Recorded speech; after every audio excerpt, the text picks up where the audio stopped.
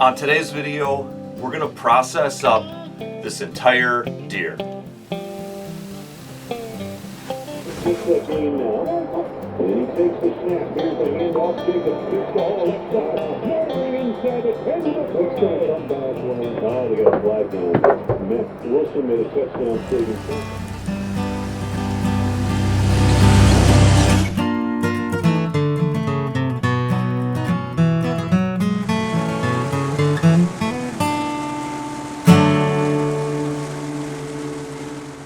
Hey there, outdoor YouTubers. Well, like I said earlier, on today's video, we're going to process up this entire deer. Now, if you follow the channel, you already know that we've done several different types of deer processing videos here before.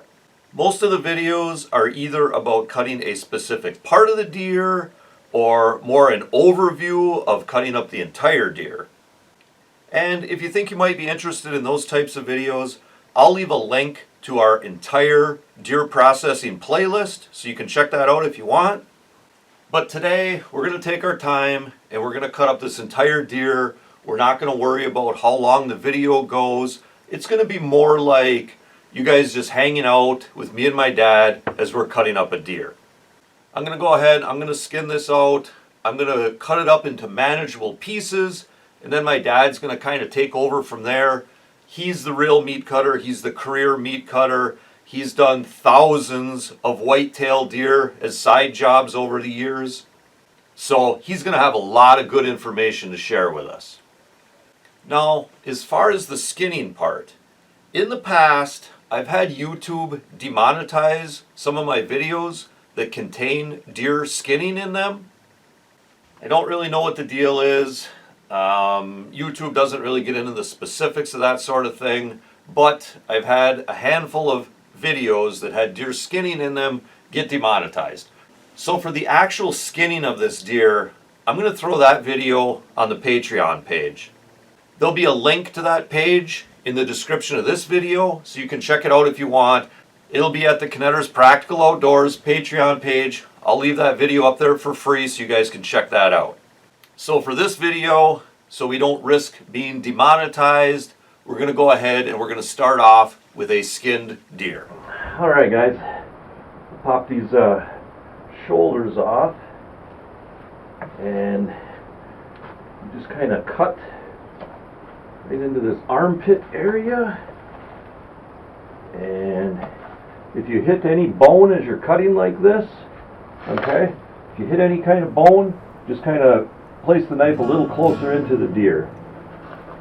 You should be able to take this right off. No problem. There. That's one shoulder off.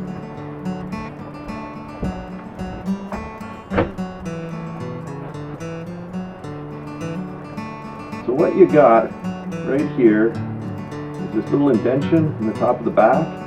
And we want to cut all around there, right down to the bone, and then we'll get the rest of it with the saw. Cut in there, feel our way out.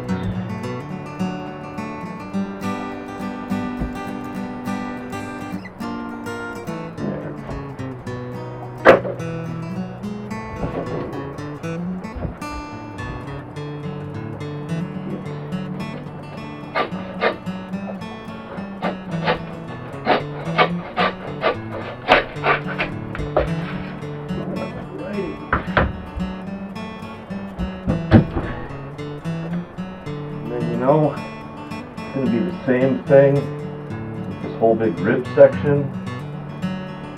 Cut around right here, take that down and get that a little bit more manageable.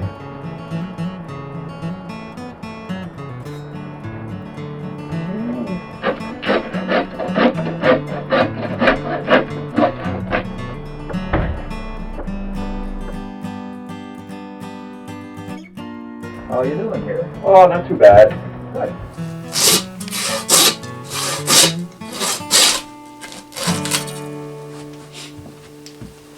So this is basically the whole deer laying here. Got it chunked up into manageable pieces, and then we'll go from here. Okay, yeah, I know a lot of the folks that watch your videos, there's a lot of pros and cons about hanging the deer by the head, by the hindquarters with the brambles. But one thing I always wanted to explain, years back when me and my buddy used to cut deer in his garage, we would have anywhere from 30 to 40 deer in that garage. Some would be on the floor on cardboard, others we'd hang in the rafters. And then we found it was very space saving for us to hang them by the heads with a rope right around the head and hooked and hoist them up. And the fella that was skinning for us could just walk down the row real easily and skin, and we could get probably 6 to 8 more deer hanging in that garage when we hung them by the head. And we had very good drainage out the hindquarters that way. So that's one reason I always wanted to explain to people why we hang by the head, and that's what you got used to because you watched it when you were a kid. Oh, sure. Yep. Out in the garage. Mm-hmm. And, it just worked well that way. Yeah. It worked perfectly fine. There's nothing wrong with either way. No. That's for sure. And I did that whole video back before about some of the other reasons that kind of starts in the farm. And you worked in that packaging plant, and splitting the animals down the middle. So I did that whole video on that. There's nothing wrong with the other way. It just it works well for us. Yeah. Doing it this way, that's for With sure. beef, it was a must that you hang them by the hinds, because a beef quarter weighs even more than when this whole deer weighed. Right. Yeah. And You it's can't. twice as long. Right. So you got to stand on a 6-foot step ladder to even get to the crotch of a beef. Yeah. If you're doing a huge animal like that, right? You can't manage it until it's cut in half at least. So Until it's split in half and quartered. And that kind of hanging it by the hind legs, it lends it to be easier to be split in half. Right. Then so I did a whole video on that. If anybody wants to check it out, I'll leave a link to that. But yeah, those are good points. Because you're right, Dad. Some people actually get kind of angry that we hang them by the head at times. Don't get me wrong. We had one spot reserved to hang them by the hinds. That was for guys that got a nice deer and they wanted it caped. Yeah. And we would cape it for them. And the way to cape it is hanging them by the hinds, because you want to come down and you don't want to mess anything up around the neck, because that's going to be the taxidermist's prize. Yeah. Well, very good. Yeah. That's why you don't hang a prize deer by the neck too, because it kinks all the hairs and you ruin the cape. Right. We oftentimes cut large does and we caped them just to give to the taxidermists that needed extra capes. Yeah, because they weren't done right from the beginning, eh? Right. They hung them and they caped up, broke all the hairs. Yeah. Okay. Yeah, good stuff. Just a little input I thought I'd no, say that maybe a little of your audience can hear. Yeah, no, that's all good. And then you're going to go ahead and split that in half, Go ahead and Dad? split this hind saddle, because we'll be doing both of them one at a time. Sure.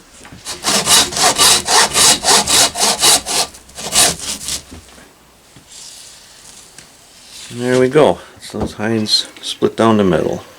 Just before I start on it. Okay. Go ahead and do what you want to do. Okay. Yeah, let's get this one hind saddle here. And as usual, we'll take the shank off first.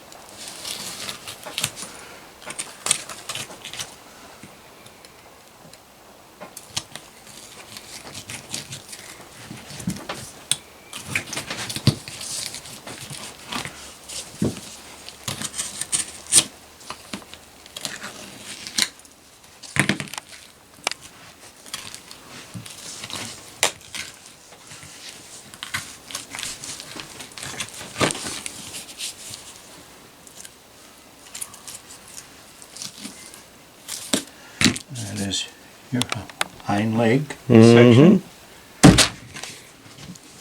We'll go ahead and square it off. Some of this out here, if you see something like this, cut it off while it's in front of you, because they are tougher than heck. Now we'll just proceed with the rest of it like we usually did. You have a femur bone down here, and we're going to go ahead and take off the sirloin tip to expose that bone, and we'll get rid of some of this stuff down in here just to expose a little bit more for you.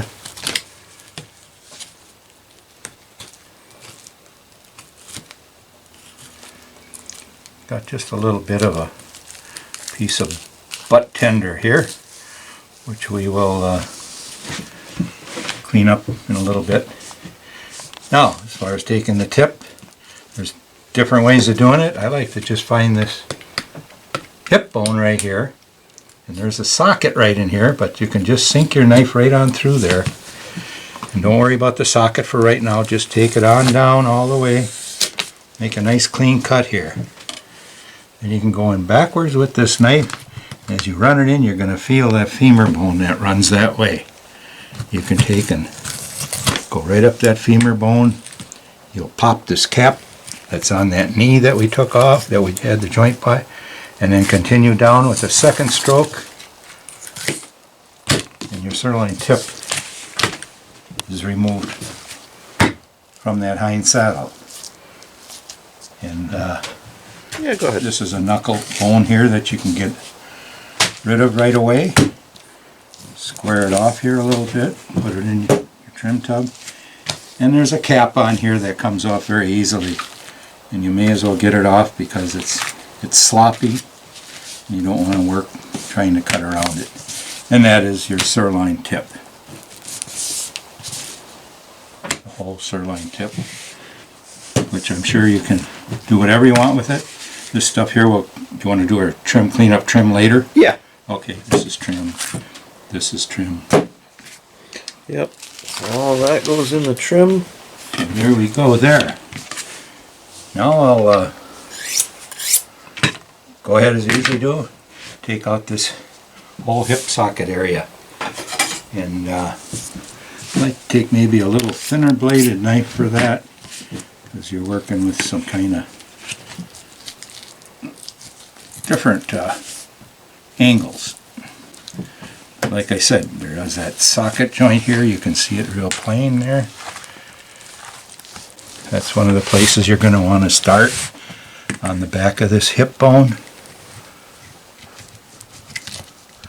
Come down behind it. Just run it shallow the first time. Go back to the socket. And maybe go back in by the socket again. That hip bone starts to go up underneath. So, and offset yourself so if the knife jumps out, it's not going to be in your belly right away.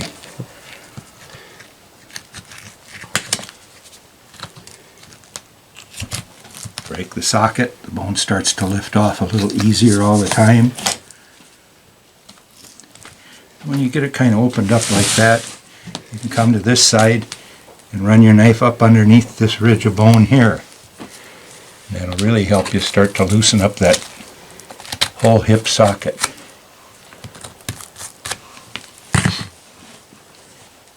And just slowly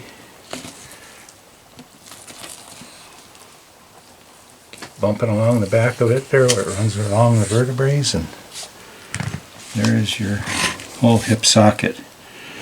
Sometimes there's a little stuff left in here, which you can just go up into here. Take these vertebrae off of there.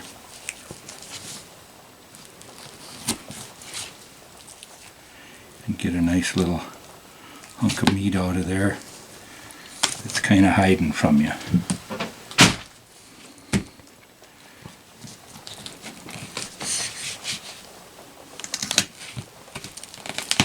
It's a nice piece of loin strip meat, but it's excellent in trim. No sense wasting it.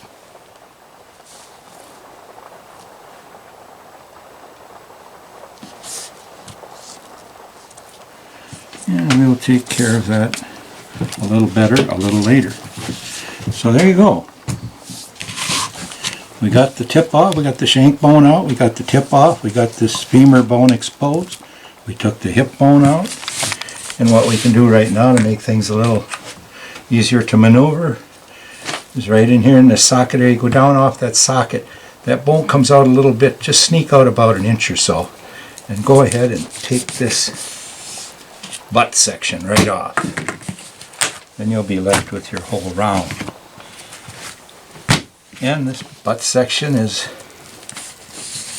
get rid of this fat, is a good one for steaks too. It's not real big, but they are top sirloin steaks. If you were cutting beef, this is what you'd have, would be a top butt. Usually peel the cap off of it.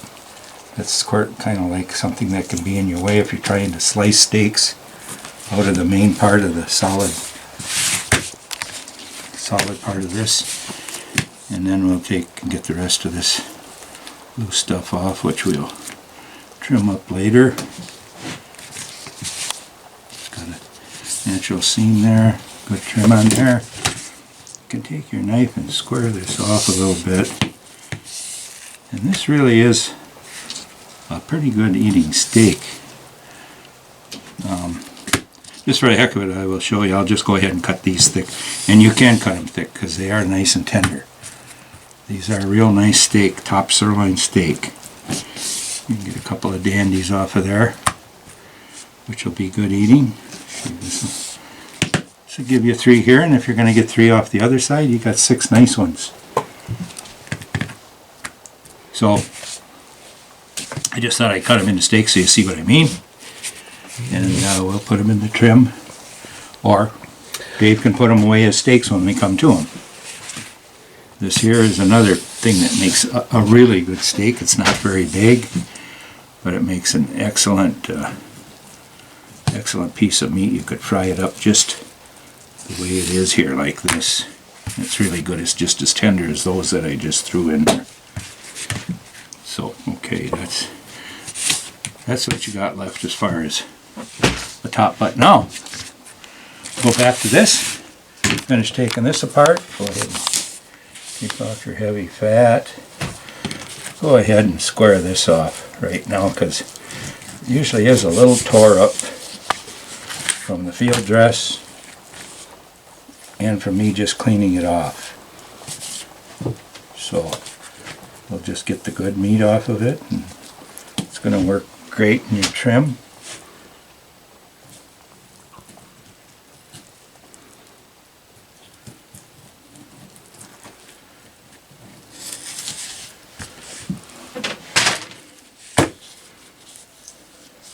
This is a good solid chunk of meat.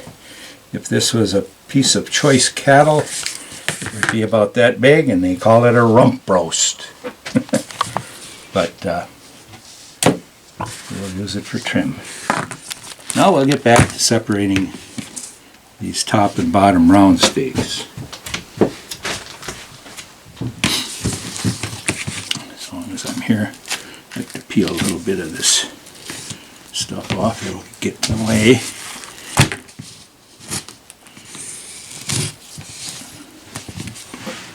Okay, it's just a matter of a very straight shot down that bone all the way around, starting up here. Again, kind of make it go away from you whenever you can, so you don't wind up knifing yourself.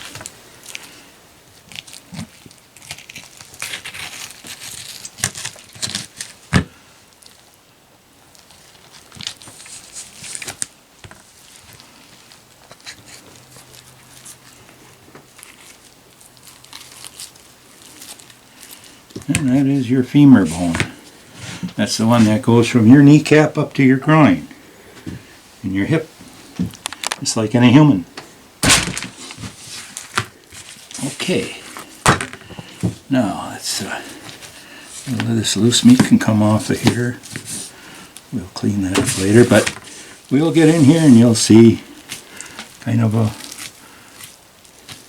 goofy looking bunch of stuff with that white sinew and stuff. We're just going to keep pulling that from that a little bit at a time, and we're going to remove the top from the bottom.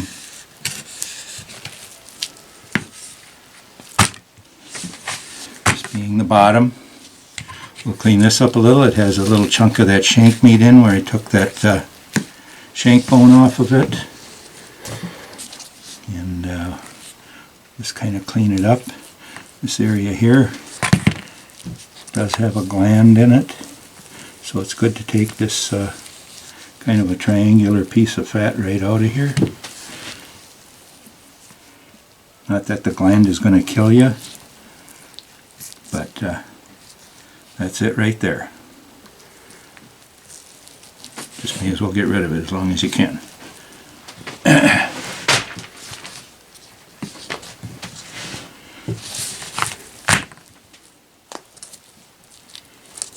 Clean it off, and of course we got that nice shiny silver sinew here. We're going to get off of this side of this bottom round.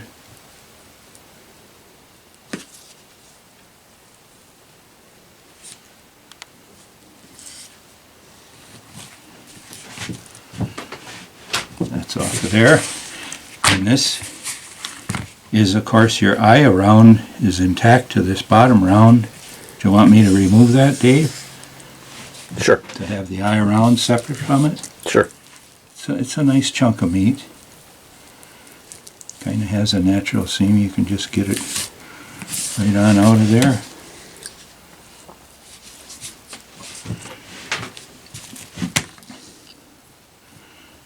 And it's a good chunk of meat if you want to roll it around on the grill.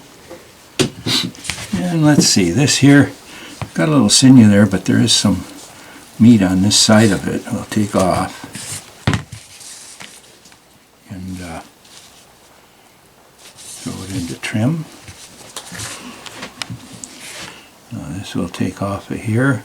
These are some of the chunks of meat that you may elect to freeze, and then when they're slacked out a little bit, about 2/3 thawed, you can get them out on the table when they're nice and firm and slice your jerky meat that you like to make. Yeah. I know you got a nice jerky machine there. Yeah. I tasted some that you made this summer. It was really good. Yeah, it did turn out pretty good. Yeah. So we'll just clean this up while I'm right here, and it's easy to do. So that's the bottom round. That's an eye round. This is the top round, which I'll clean up a little bit more. It's got a big vein area up in here that can leave things a little bit bloody sometimes. It's kind of in a seam by itself, but you can see the big arteries there, femur arteries that hold a little blood, and they look a little bit bad, but we'll clean it up later. It's good meat on there. And a little bit of this here. So, our top round is another thing. If you like to freeze it whole and decide at a later time if you want to cut it into steaks or jerky meat, or if your kids are eating that jerky meat, which I know they'll probably keep you cooking that stuff 24/7 when they start eating it. Yeah, you really can't make enough. I know it. But anyways, this is the top round, like I say. And All right. that was the one half of the hind haunches right there. And then I'm just going to go ahead and get a little bit of this rib meat out of here for grind. Sure. Why not?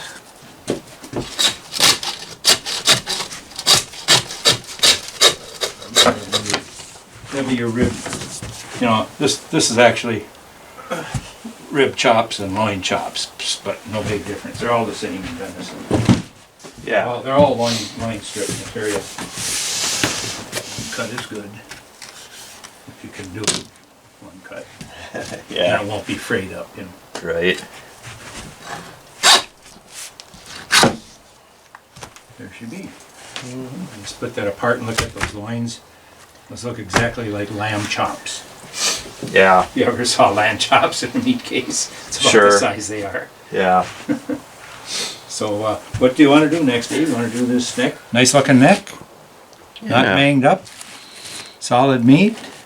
What we'll do is we'll just go ahead and start working the meat off the bone, because you're going to use yours for grinding. Yeah. If you wanted neck roast, you could take this, and I would say go no more than 2 out of it, because there's a lot of vertebrae in there, and it heavily with vertebrae, and that's where your nerve channel runs through.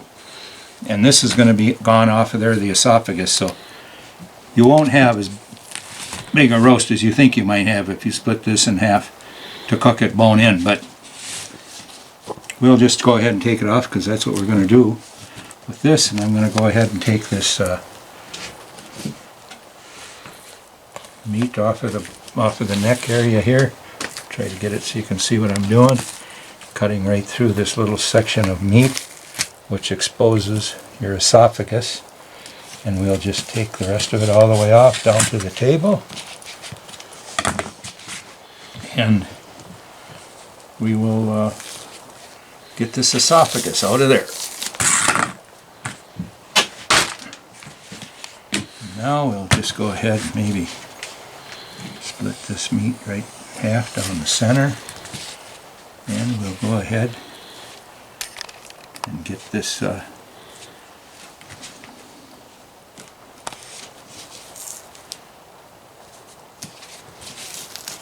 fatter stuff off of here.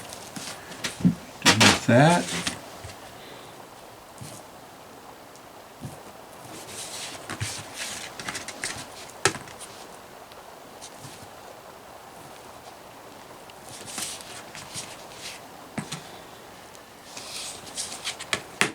And there's a nice strip of ground meats.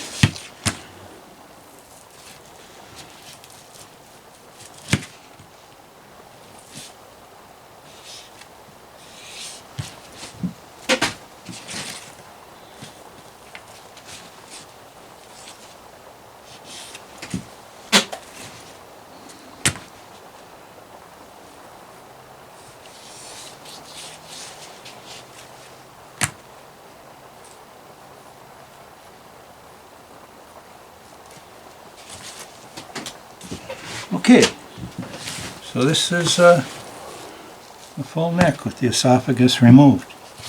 So what we're going to do is bone it out. It's not a thing of beauty trying to bone these out, but I've got just a little bloodshot up in here. I'll get that out of here first.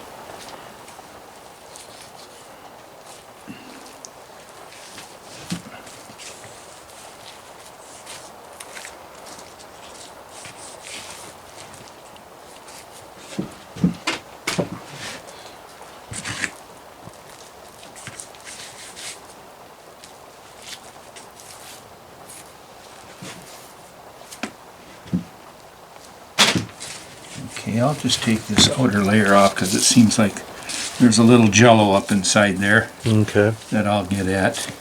It does come off in layers. That's one thing about a neck roast that makes it so that it is pretty good eating. It has rings of meat that come loose from one another when it's cooked real well. And it gets tender as mothers love when it's done. Okay, that came off of there pretty good. Not too much here that we have to worry about.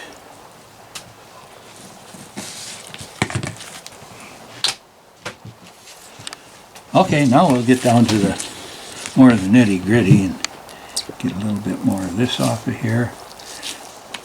Cleaning up pretty good. That was about as deep as it went. And we'll just go down. These rib and loin bones come up here to the neck, and then it continues on this way. They come up to a peak and they drop down a little bit. And this neck cartilage kind of rides the top of those bones. I don't know if it's protection, it's a hell of a strong muscle, whatever, but we get in here, we find the tops of them bones, and then we'll just come and take that piece off of there, and you can kind of see it leaves a little gap in there, and that's right where your bones are on each side of this vertebrae. So we'll get this cleaned up a little bit, which isn't really too much to worry about.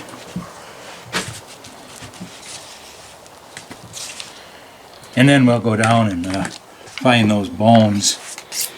And it's kind of hard to explain. They kind of fan out like there's a row of them here, there's a row of them there. That kind of come out a ways. But these are the main vertebrae ones. Go down one side of them, all the way down to where it was cut off, and then same thing on this side. And now to take them off, you have to go out and follow those areas I told you where they fan out a little bit.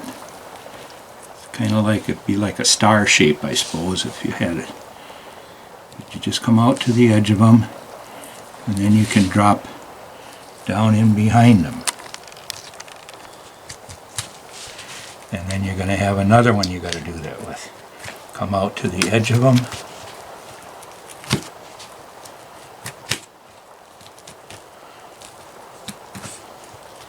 And this side of strap meat will come off. And it is. Depending on the size of your deer, you can get quite a bit of good meat off it here.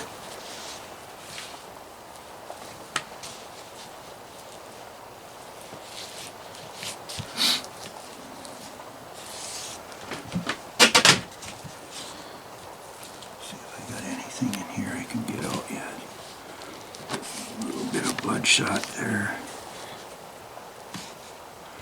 There we go. So this is all boneless, and don't get crazy with your knife and try to dig too hard, because you can hit the soft part of these bones and that'll come off on the meat, and you're going to have a knob that's going to piss you off when you bite into it. So we'll do the same thing on this side. Just come down where you can start to feel the ends fall off. Just get to the end of them, open them up, and then go back up in this way, and then back down.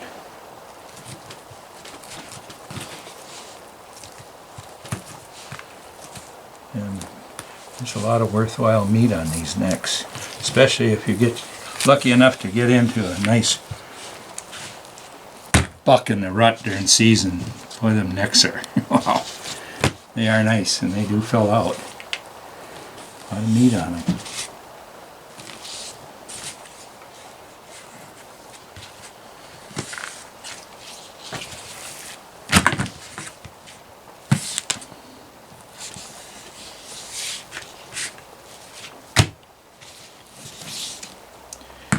Good enough. And that is your neck, and this is your neck vertebrae. You can go ahead and take a little bit more off here. I can see that I could do it without getting any bone chips in it, so I'll do that.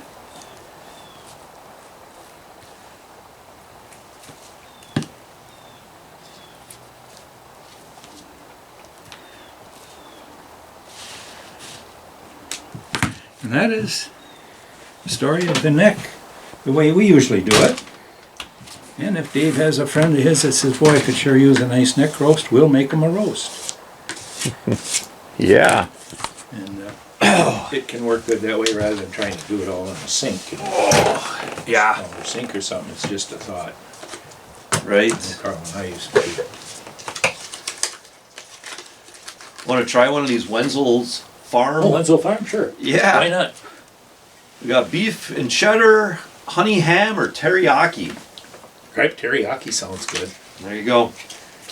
All right. Oh, there's 2 in a pack, eh? Yep. I'll try the honey ham. You haven't used any yet?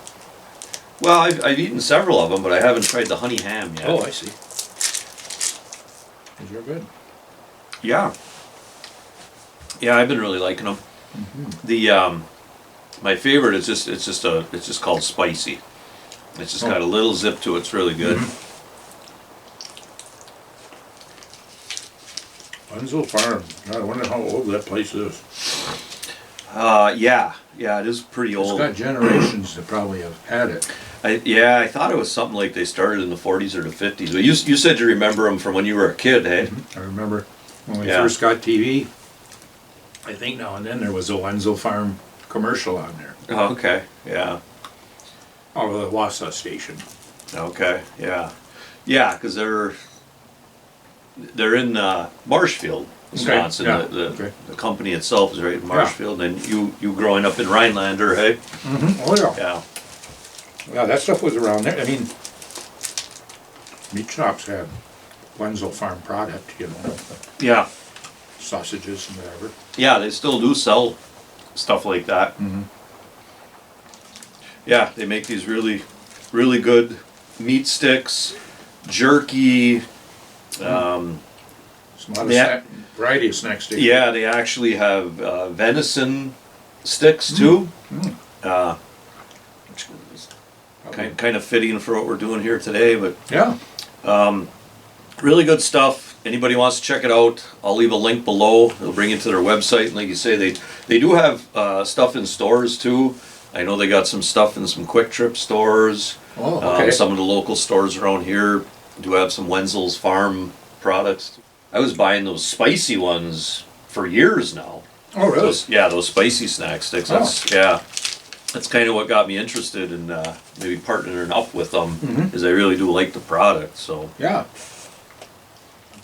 yeah, I think if you're gonna stick around for 50, 60, 70, how many, 80 years or whatever, you're probably doing something right. Yeah, I'll have to see if I can find a little pregame here.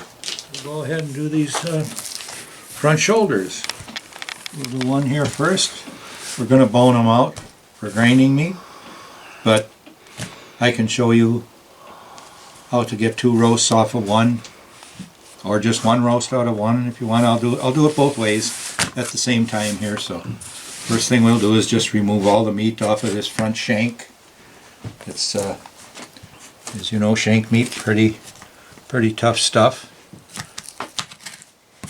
So we'll just go ahead and just take the meat off the bone that is strictly shank bone, and I'll leave the rest on the shoulder to show you what roast would look like if you want to do that with them.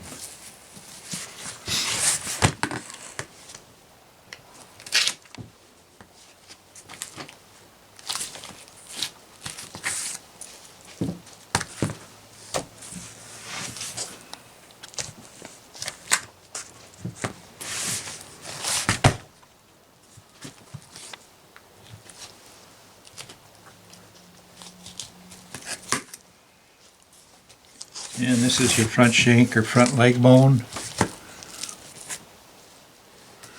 Get all that stuff off of it, so we'll take the saw and cut it off.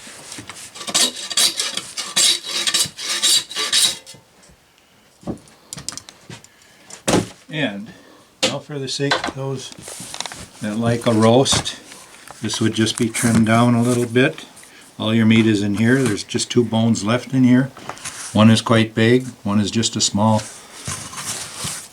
bone, but what we want to do first here is go ahead and pretty good chunk of fat on the side here. Take that off.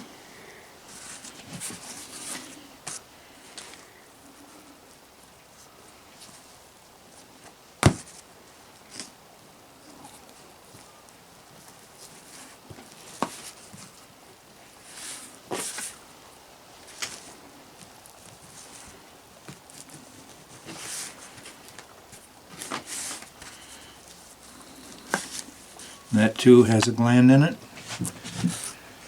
so we'll just discard that, of course.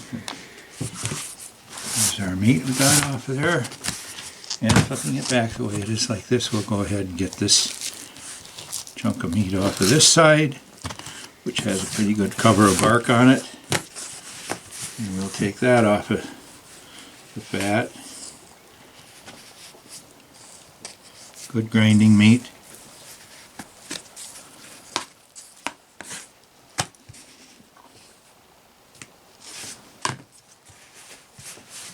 Okay, and this could be as is right here. It's all cleaned up pretty good, front and back. Could be a nice, real nice arm roast for anybody that likes roasts. You could throw this in a nice sized crock pot and let that sit in that crock pot for several hours while you're out hunting, and you'd have meat coming right off the bone. But like I say, there's two bones in here. One is one I always call canoe paddle, but to finish it up, if you wanted to make two roasts, come over to this side, right in this wad of fat, there's a joint where this bone meets that bone. It's right there. I'll take and split this roast apart right here. We'll have two roasts. There's just a couple of you. This has got a lot of meat on it. There's just one small bone that goes down through there. This one has quite a big bone configuration, and I'll show you that in a minute.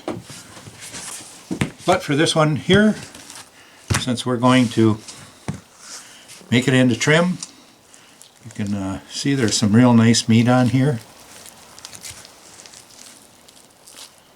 that we can take off for grinding. And I'll go ahead and take the bone out of it, and the rest is just solid meat. It's just a single bone. Start at the small end of the bone, go right toward this big knuckle end.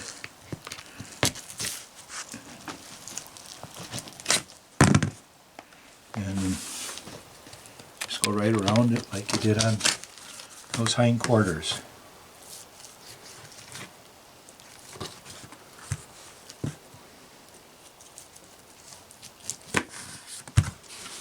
And that's your knuckle bone.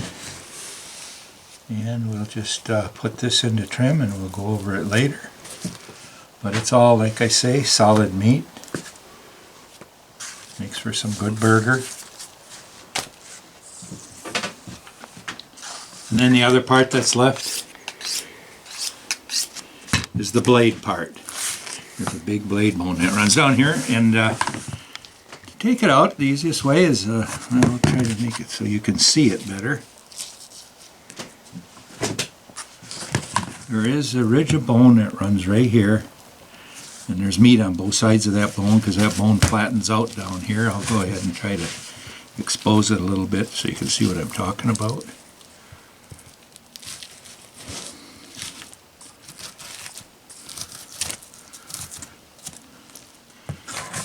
This is what it looks like here on this side.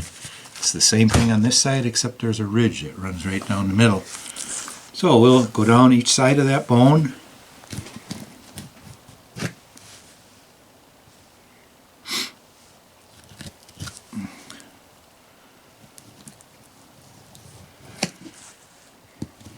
And on one side is what they call a blade tender piece of meat. It's just part of it, part of that roast if you would have left it as a roast.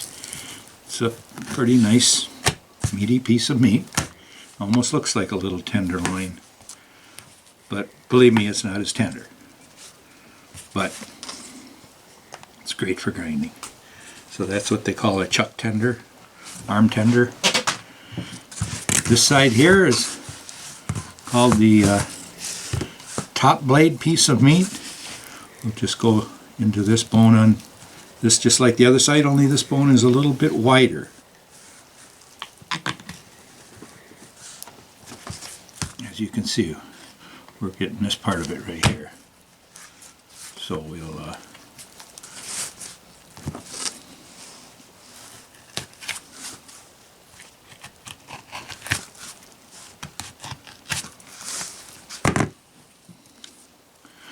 while we're at it, it's helpful sometimes if it's hanging on to something to go ahead and get this off the top, this sinew meat.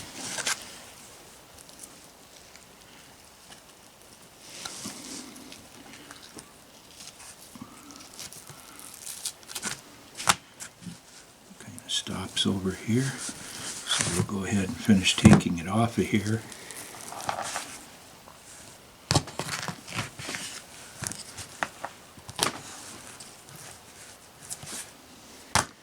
And this section here is where we will get what they call a flat iron steak, if you choose to try to get them out. And there's that little canoe paddle.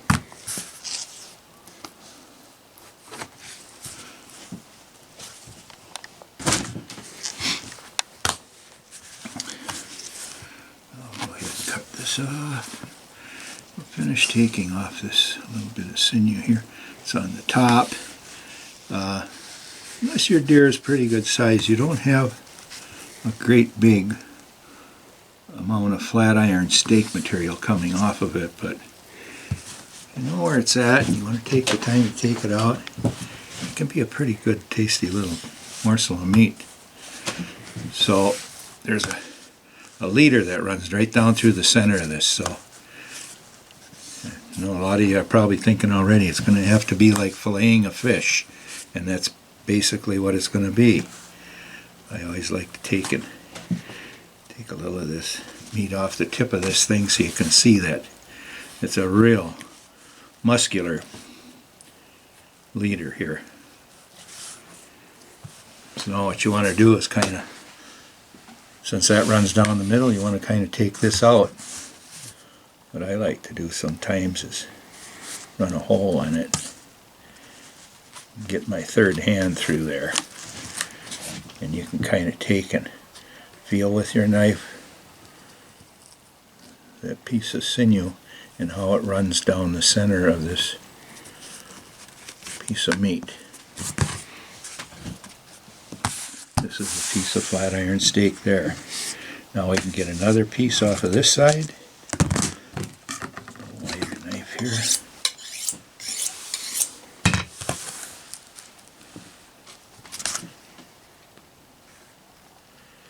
And get that piece right the heck out of this whole situation. And that is something you aren't going to tear apart by hand or with your teeth. I think if you were to brown this a little bit in the oven, you could give it to your dog and he could have it for a month. But anyways, flat iron steaks. Here's a small little picture of them, but this is what they are. On beef, they would come out really nice. You could probably make 3 off each one of these, but these are really tasty. I'm sure you'll have them tonight, Dave. They'll be good. Yeah, we'll keep those out of the grind. We'll save those. Okay, I'll just clean this up and then I'll do the other one. All right. And I'll steal the steaks off of that one too, so you have 4 of them anyway. Yeah, awesome. Yeah, that's kind of the trick to those, is they got that tough sinew down the middle, so that's why it's kind of a hidden steak because of that. And you know, it's not, the very head of it is kind of thick, but it gets thin as you go down, and if you goof up a little bit, if you don't have a good feel with your knife, you'll slip through it and you'll lose it. And of course then you're going to have some good on those steaks, but right. Those there'll be fine the way they are. Oh yeah, they look great. They grab some of this and I can start working on some of this stuff. Won't be long. I'll be giving you a minute with that, Dave. And unlike big things, Great Lakes gets to know you because you're a member, you're not just a customer.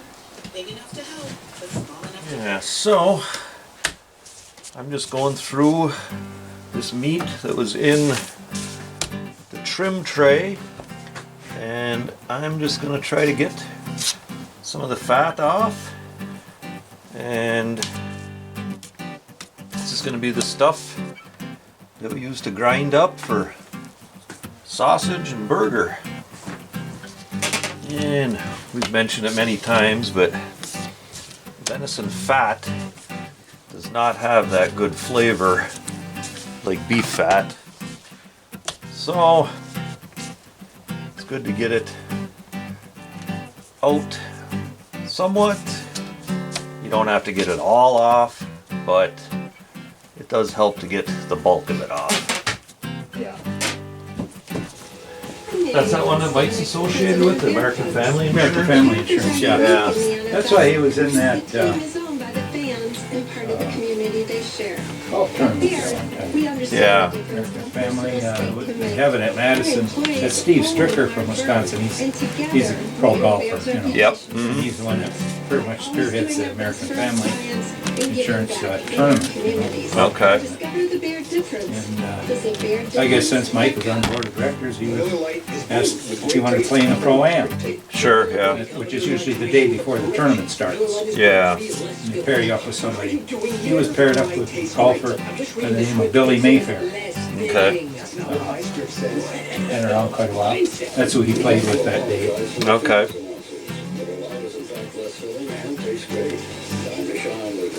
Celebrate responsibly. Milwaukee, Wisconsin beer. 56 counts and 2.2 carbs for 12 ounces. Fewer calories and carbs than premium regular beer.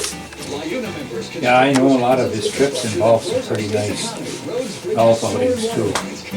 Oh yeah, for sure. There's one again. They played London this morning. Oh, did they? Yeah. Mark your calendar. The 2025 draft is coming to Green Bay. Join us April 24th through the 26th. Visit Green Bay. Sneaky little bears. This was the loin off the deer. It was, the full loin was this right here, and that's where the neck came off. We elected to cut it in half for the sake of viewing and the sake of being a little simpler to do. We'll have two smaller pieces to work with. I'll start here first with this one that was more toward the hind, so this is all your loin strip material.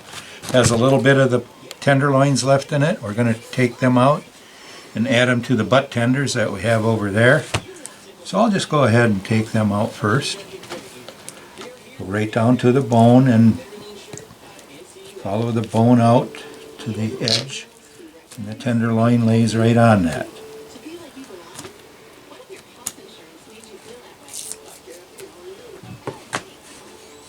Here's one. Usually what they have is a little strip on the side. You can remove that.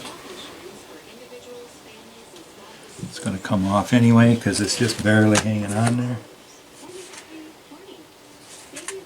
A little trimming, whichever is at your own discretion. And here's one of the tenderloins. And we'll just go ahead and take this other one out that lays right alongside of it on the other side of that vertebrae. And we go same way out to the bones. Up to the edge of the loin where it stops. Here we are.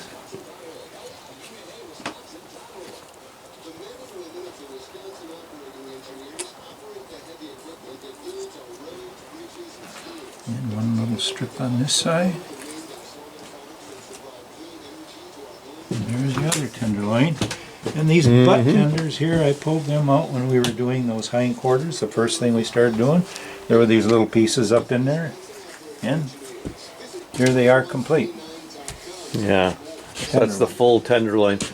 Anyways, yeah, so we're going to go down each side of this backbone. You can kind of see it here a little bit. This has got a pretty good amount of outside bark on it. It's hard to see, but you can see where that backbone vertebrae are. And we're just going to go down each side of them.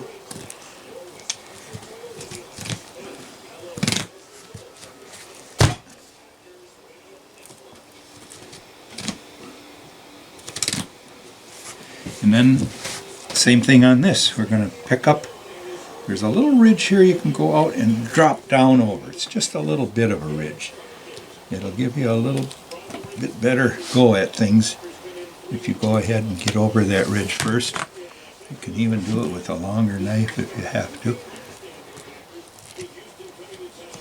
Just get over that little ridge.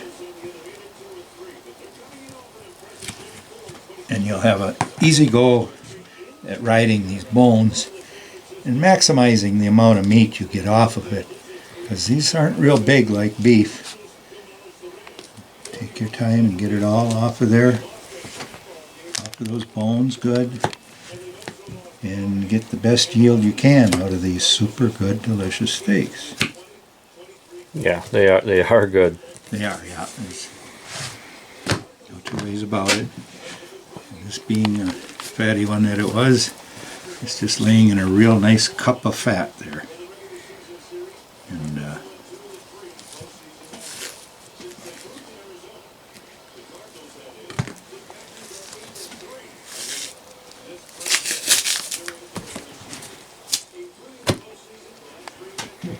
that's that. And to make life a little easier, you can see this little strip of meat here is that one we drop down over to get down to those bones. So anyways, to make life easier when you're trying to get all that silver skin off these loins. You can look at both sides. This has nothing. This has some of that tough sinew where it comes to a real... This thing eventually developed into this kind of stuff here, which is really tough.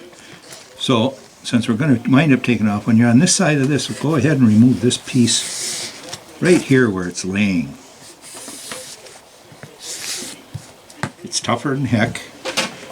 And now, it isn't going to be wrapped around there when you're trying to shave it off. And it'll just shave off much easier with that chunk gone. I'll go ahead and do it while you got the camera going, Dave. Yeah. This is the stuff you want to get off. As we told you before, and as you well know, that can make your steak curl up and be tougher than heck. If your knife is working for you, you can do it this way. Do it to where you can see your knife passing by right underneath it. Slicker than snot on a doorknob.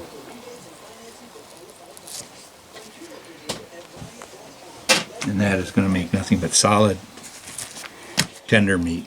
You won't have to be pulling it out of your teeth.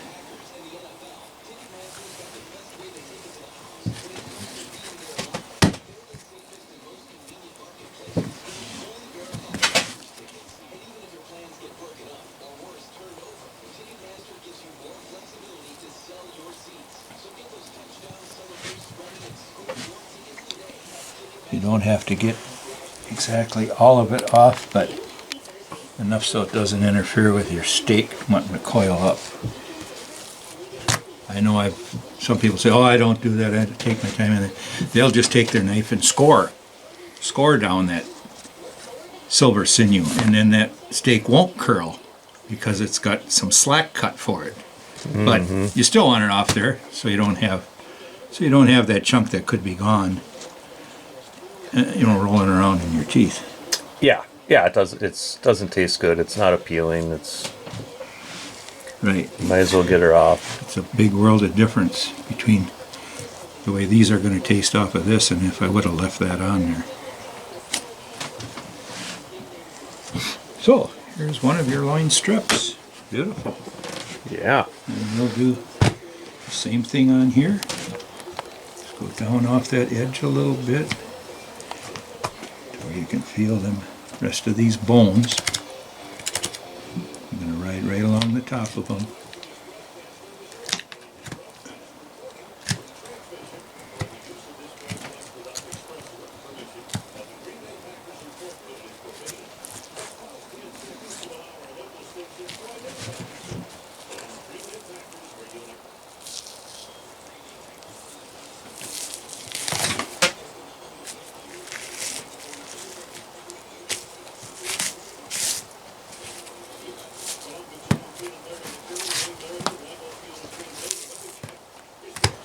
Okay, there's really nothing you want on this anymore. It's so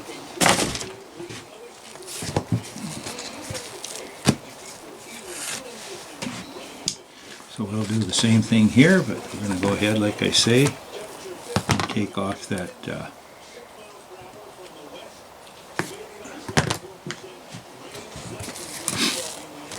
piece of sinew that runs along on this side.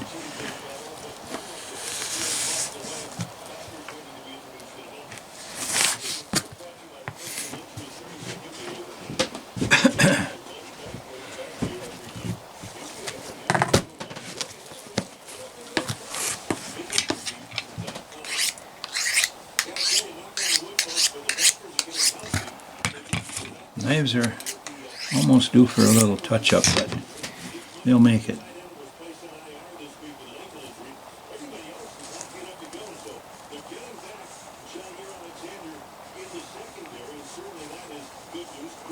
Is that game going, Dave? No, not yet.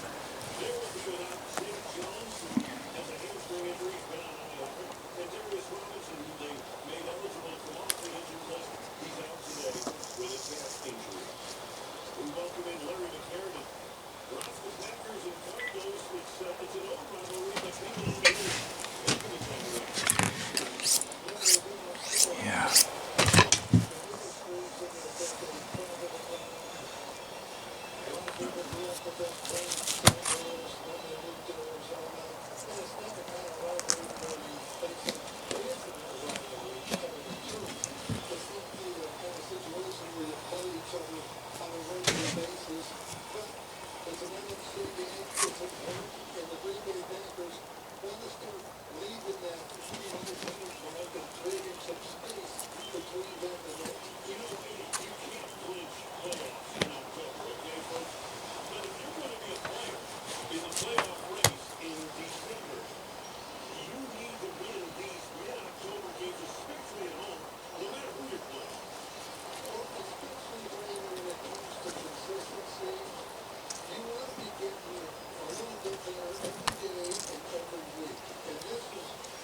Okay, I think we got this one pretty well squared away.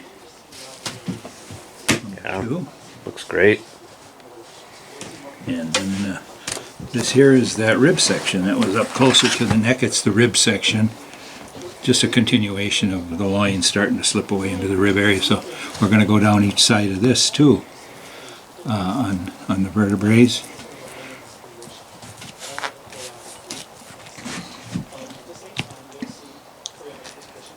And follow it out off the bones best you can.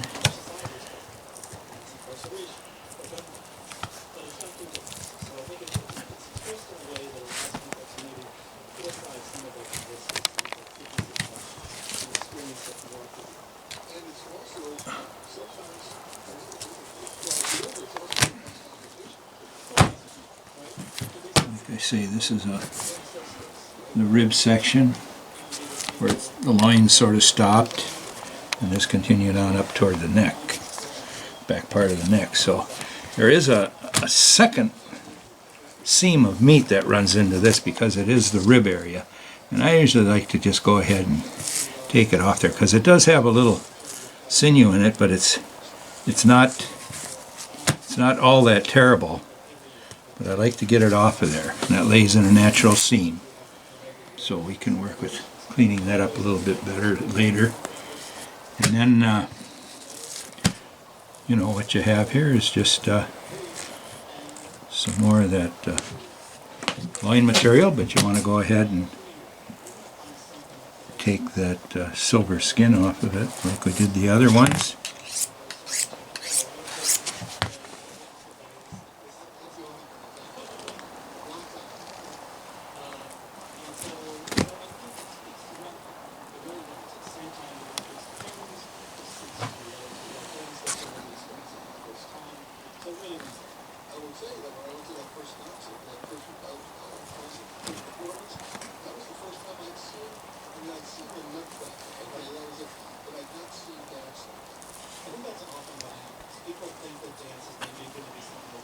And that should be good enough for that. Mm-hmm. There's nothing there to be concerned about. And that will pair up pretty good with that. Yeah. Do the same thing on this side.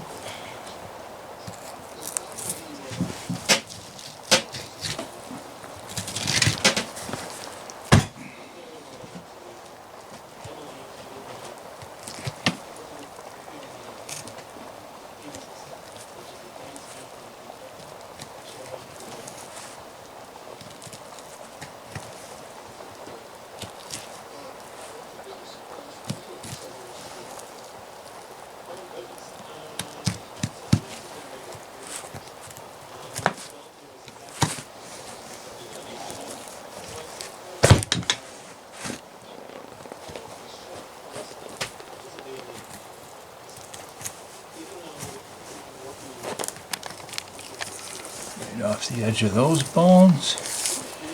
And we'll get right into its natural pocket here.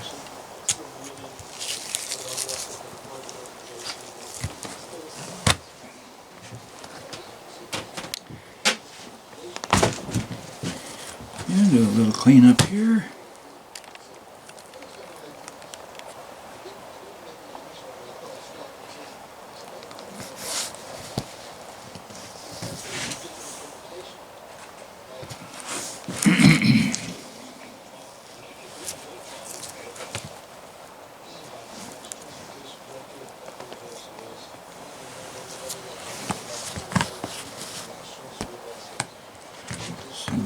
left on this one.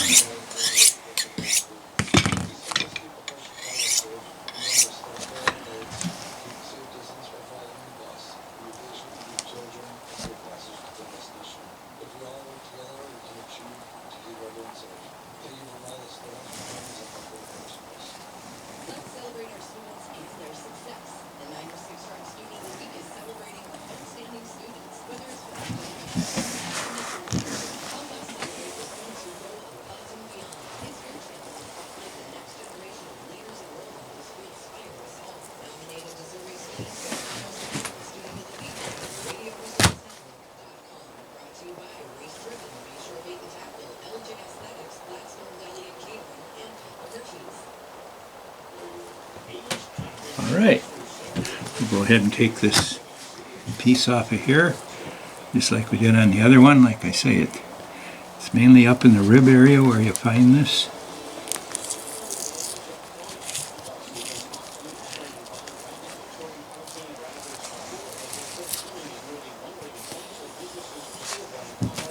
Clear that after. And it's all cleaned up pretty nice. Yeah. Yeah, looks Matter of great. fact, on these lots of times I'll even take like a chunk off of that one and a chunk off of that one and put it with them tenderloins and cook them up with the tenderloins, because it's all loin material. But Yeah, and it's about the same size. It'll cook about the same. Right. Yeah, awesome. Okay, that kind of wraps that up. Yeah, We got some good eating here. yeah. Just got to go through the trim a little bit, and Yeah. we got her. Excuse me, Sean Loins back in the game on right side. Just a little bit of fear of him and Jordan more than I will take today. Possibly by 2. Second down, let's call it a little bit more than 8 yards to go. The Rose of the football just inside the 25 yards out of Arizona. Safety ball, 5. Plus coverage on the far side, receiver right side, that's right outside. Now taking the shotgun is Love, dumps it off left side, Jacob. That's running him inside the 20, taking down, touchdown with the 15-yard line. Just enough for the first down. Next, Nelson on the undercut move over it, and the Packers are in the takedown red zone. Listen, Watson was an interesting block out there. And one, couple of for the team. With a buddy. Grant Pearson had stretching it up with the ball. Yeah, let's do it. Watching the right side. He's on the left field. And he's going to play out the rolling left. Second and 12, 15 and 10 tries to his shot. Red marker at the 12. Do you want them butterflies or? No, you could just straight cut them, I think. Yeah, those are nice morsels when they're straight through. Yeah, that'd be fine. Butterfly them if you want to bake and wrap them. Sure, yeah. Something, you know.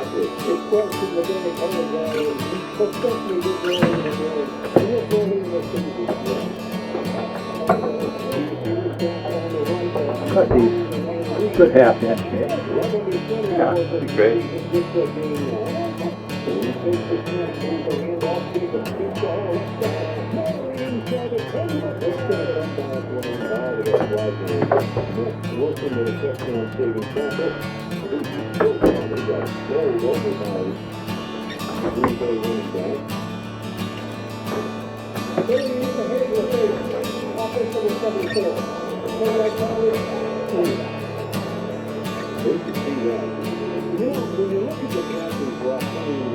What's going on with the offense? Well, He comes over, you just tell him this was the best deer in the UP. Yeah. Yep. We'll be back. 7 Green Bay and the Bruce. Packers Radio, presented by American Family Insurance. This is the Packers Radio Network. Attention fans, IT and football strategy have more in common than you think. Like a winning game plan, your business needs a well-executed IT strategy. Software One is the leader in software and solution. Maybe you're facing with Listen. Looking to land an application at AWS. Will be the Hail Mary pass to meet budget savings. Software One will be your lead blocker. Don't get sacked. Yeah, these are nice little medallions. Yeah, Software One. these were the Loin strips. loin strips. Loin Okay. strips, yeah. And these are too. These All right. came out of those two good loins. These here are more or less rib, but these are very good. Yeah. Here are your flat irons. Okay.